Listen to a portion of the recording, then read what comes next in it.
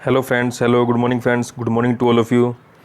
Good morning सभी को नमस्कार, सभी को प्यार भरा नमस्कार, सभी को राम राम, हेलो, हाय। आज फ्रेंड्स चलो हम चलते हैं हम अपनी नेक्स्ट सेकंड सीरीज़ पर, इंडियन हिस्ट्री की सेकंड सीरीज़ पर। और हमने 20 तक क्वेश्चन कर लिए थे। नेक्स्ट हम चलते हैं 21 पर। 21 क्वेश्चन हमारा क्या कहता है, और फालतू में बात करते हैं, डायरेक्ट हम अपने क्वेश्चन चलते हैं। और चैनल को लाइक और सब्सक्राइब जरूर याद करके कर देना, ठीक है। इससे मेरे को एक मोटिवेशन मिलता है।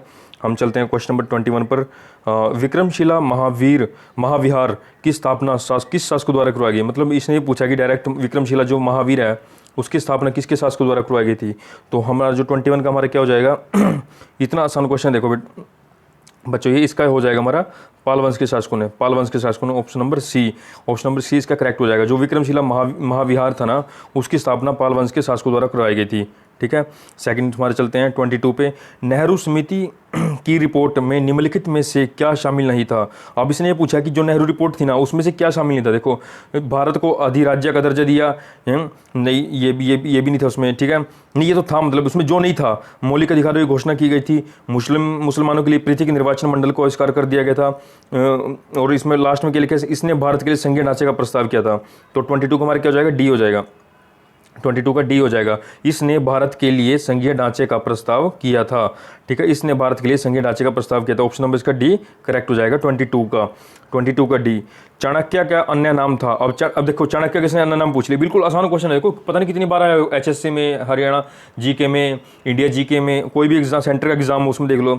तो इसका सबसे आसान ऑप्शन क्या है, विष्णुगुप्त को ही हम क्या बोलते थे, चाणक्य, ठीक है। विष्णुगुप्त को ही हम चाणक्य बोलते थे, ठीक है। इसका ऑप्शन नंबर भी करेक्ट हो जाएगा। क्वेश्चन नंबर 24 पे चलते हैं। संयुक्त राज्य अमेरिका में गदर पार्टी के संस्थापक कौन थे। देखो, ये क्वेश्चन बहुत बार पूछे जाते हैं और हम इनको करते नहीं है, ठीक है। और ये आते भी हर बार एग्जाम में। ये आए हुए क्वेश्चन है, मैं ऐसे नहीं उठा रहा हूँ, आए हुए क्वेश्चन है सारे, ठीक है। संयुक्त राज्य अमेरिका में गदर पार्टी के संस्थापक कौन थे भाई। 24 का हमारा क्या हो जाएगा, ए, लाला हरदयाल क्या थे हमारे, संयुक्त राज्य अमेरिका में, यूएसए में जो गदर पार्टी के संस्थापक थे वो थे लाला हरदयाल। ऑप्शन नंबर इसका ए करेक्ट हो जाएगा, ठीक है। क्वेश्चन नंबर 25 पे चलते हैं। निम्नलिखित में से महमूद गजनवी का दरबारी इतिहासकार कौन था। दरबारी इतिहासकार पूछा उसने, कौन था भाई। उतबी आपने जब हिस्ट्री सुनी होगी इसकी, महमूद गजनवी की, तो उतबी नामक जो शख्स था वो क्या था, उसका दरबारी इतिहासकार था, ठीक है, दरबारी इतिहासकार था। क्वेश्चन नंबर 26 पे चलते हैं। सन 1939 ईस्वी के त्रिपुरी अधिवेशन में सुभाष चंद्र बोस निम्नलिखित में से किसे पराजित कर कांग्रेस के अध्यक्ष पद पर पुनर्निर्वाचित हुए। अब देखो कितना आसान था ये। देखो, 1939 की बात कर रहे हैं, त्रिपुरी अधिवेशन आपने सुना भी होगा, बहुत कम सुना होगा, ठीक है। आपने मुंबई अधिवेशन, सूरत अधिवेशन, कलकत्ता अधिवेशन, ये सब सुने होंगे। लेकिन जो त्रिपुरी अधिवेशन में सुभाष चंद्र बोस ने ना किसे पराजित कर कांग्रेस के पद पर पुनः निर्वाचित हुए थे, किसको भाई। 26 का हमारा ए हो जाएगा। 26 का कितना हो जाएगा हमारा, ए हो जाएगा, यानी कि डॉक्टर पटाभी सीतारमैया। यस, ये क्वेश्चन आया हुआ है भाई, डॉक्टर पटाभी सीतारमैया, और ये एचएससी में आया हुआ है, एचएससी में आया हुआ है। 26 का ए हो जाएगा, ठीक है। हम नेक्स्ट चलते हैं 27 पे। महात्मा गांधी जी ने अक्टूबर 1940 में व्यक्तिगत सत्याग्रह शुरू करने के लिए निम्नलिखित में से किससे प्रथम सत्याग्रही के रूप में चुना। किसके चुना भाई, विनोबा भावे को उसने क्या किया, एक भाई ये क्या है, प्रथम है जो सत्याग्रही उसको चुना, विनोबा भावे, ठीक है। ऑप्शन नंबर इसका सी करेक्ट हो जाएगा। जल्दी से पढ़ लेते हैं नेक्स्ट क्वेश्चन की ओर। 28, कांग्रेस की प्रथम महिला अध्यक्ष निम्नलिखित में कौन थी। अब इसने कांग्रेस के पूछे सुनिए, ठीक है। कांग्रेस की कौन थी, श्रीमती एनी बेसेंट क्या थी, कांग्रेस की महिला अध्यक्ष थी, महिला अध्यक्ष, याद रखना, ये महिला अध्यक्ष थी, पहली पूछा इसने, पहली महिला अध्यक्ष श्रीमती एनी बेसेंट, ठीक है। 28 का हमारा ए हो जाएगा। क्वेश्चन नंबर 29 पे चलते हैं। निम्नलिखित किस शहर में अशोक के शिलालेख नहीं है। गिरनार, कंधार, पाटलिपुत्र या टोपरा आएगा यहाँ पे, ठीक है। गिरनार, कंधार, पाटलिपुत्र या टोपरा। आप 29 का इसने पूछा किसमें नहीं है, इसने पूछा पाटलिपुत्र में नहीं है भाई अशोक के, गिरनार में है, कंधार में है और टोपरा में है, ठीक है। टोपरा में है इसमें, ठीक है। इसमें पाटलिपुत्र में नहीं है। 29 का क्या हो जाएगा हमारा, 29 का सी हो जाएगा, 29 का सी। क्वेश्चन नंबर 30 पे चलते हैं। रोलेट एक्ट के विरुद्ध निम्नलिखित में से किसने सत्याग्रह सभा का गठित की? किसने सत्याग्रह सभा गठित की? जो रोलेट एक्ट हुआ था हमारा 1919 में, ठीक है, तो उसके विरुद्ध में निम्नलिखित में से किसने सत्याग्रह सभा गठित की? अब इसका नाम बताना भी किसने की है जो सत्याग्रह गठाया। ये की हमारी महात्मा गांधी जी ने। महात्मा गांधी ने 30 का क्या हो जाएगा हमारा? 30 का हमारा सी हो जाएगा। 30 क्या हो जाएगा हमारा? सी हो जाएगा कि महात्मा गांधी ने रोलेट एक्ट के विरुद्ध सत्याग्रह सभा गठित की। ठीक है, नेक्स्ट क्वेश्चन पे चलते हैं। क्वेश्चन नंबर 31 पे, सन 1934 ईस्वी में पटना में कांग्रेस सोशलिस्टों के अखिल भारतीय सम्मेलन का आयोजन निम्नलिखित में से किसने किया? अब 1934 की बात चल रही है, पटना की बात चल रही है 1934 की। तो किसने किया था? जयप्रकाश नारायण ने। इसको याद कर लेना भाई, जयप्रकाश नारायण ने 1934 में पटना में कांग्रेस सोशलिस्टों के अखिल भारतीय सम्मेलन का आयोजन किया।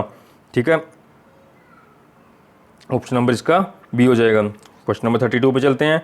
सम्मति व्यय अध्यादेश 1891 निम्नलिखित में से किसके सदप्रयासों से पारित किया गया? अच्छा, अब इसने बोला कि देखो जो सम्मति व्यय अध्यादेश है 1891, ये किसके सदप्रयासों से पारित किया, मतलब किसके थ्रू ये पारित किया गया, मतलब किसने जोर लगाया इसको पारित करने के लिए?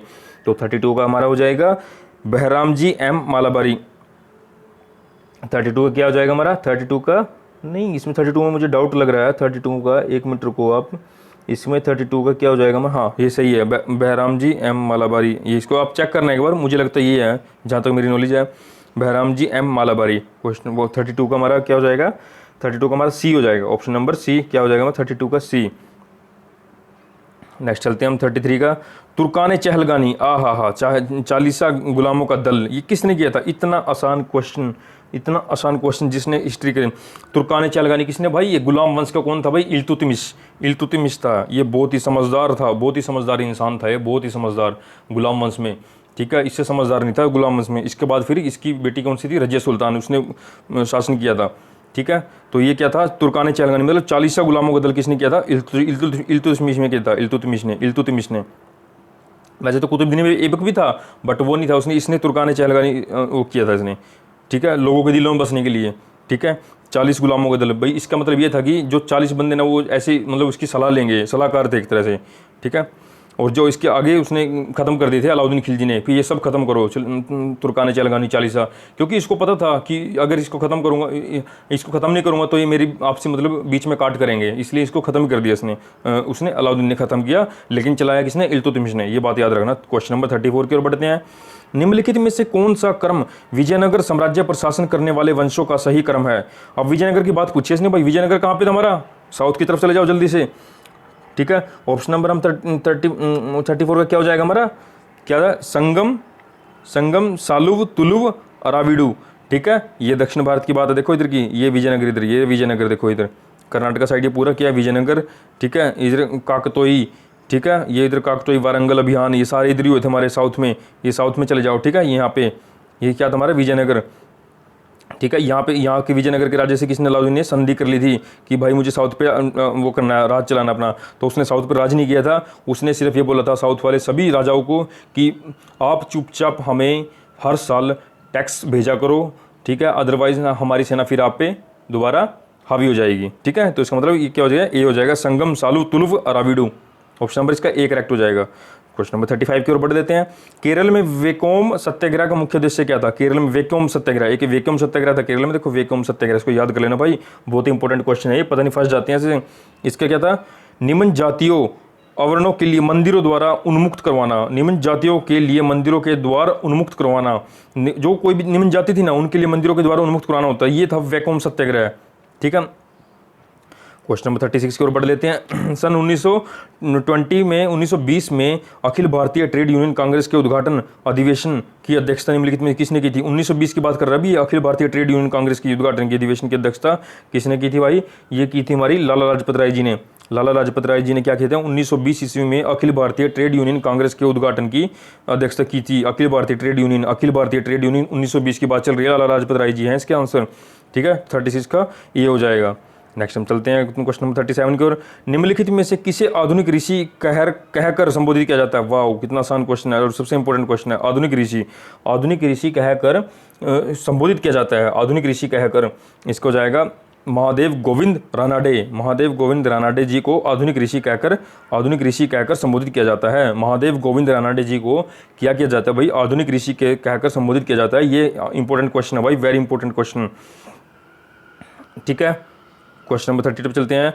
विजयनगर प्रशासन में अयंगार व्यवस्था की संबंधित थी। अब विजयनगर की दोबारा फिर बात आ जाओ, विजयनगर की वापिस हम साउथ में चलते हैं, विजयनगर की बात आ जाओ। ठीक है, तो इसमें क्या थी? क्वेश्चन नंबर 38 का क्या जाएगा हमारा? स्थानीय प्रशासन से थी। अयंगार व्यवस्था क्या थी? स्थानीय प्रशासन से थी। स्थानीय प्रशासन जो लोकल होते थे, हमारे लोकल प्रशासन जो होते थे जी। ठीक है, जैसे हमारा हरियाणा स्टेट हो गया तो लोकल प्रशासन क्या हो गया? हमारे डिस्ट्रिक्ट हो गए, उसको बोलते हैं लोकल प्रशासन। ठीक है, तो ये हो गई स्थानीय प्रशासन।